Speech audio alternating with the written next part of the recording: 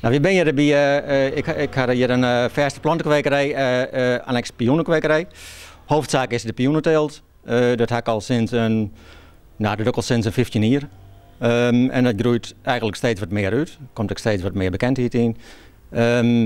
En dat is een beetje mijn hoofdteelt. En daarnaast heb ik nog wat over bloemmesterijgewassen en wat over lietsere gewassen die ik het doe. Een planten tot oogst, dat is een 3-jarig proces. Het eerste jaar in september in de groen zetten, de stekjes. Dan bloeien ze eerst hier steen en dan moet ze gewoon groeien tot ze een beetje massa krijgen om bloemen te produceren. En een tweede jaar kan ik er een paar bloemen versnijden. En het derde jaar kan ik volop snijden en dan gaan de planten eruit. Het is hoofdzakelijk handwerk, het lang bereiden en dat gebeurt wel machinaal. Vervolgens maak je gleufjes in de groen, dat gebeurt ook machinaal. En daarna is het handwerk, maak je ze erin lezen, precies op afstand. En het dichtmaatje gebeurt ook weer machinaal.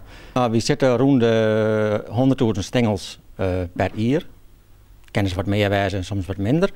De helft proberen we hier in de regio te zetten, via, hoofdzakelijk via groothandel Jilda, die zit in Damoord. En die zit hier dus vrij dichtbij.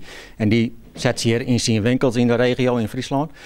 En de andere helft gaat naar Aalsmeer. We hebben best wel een droeg voorjaar aan dit hier, maar ik kan net zeggen dat ik daar nou ontnota les van heb. Dus het is wel een heel sterke was.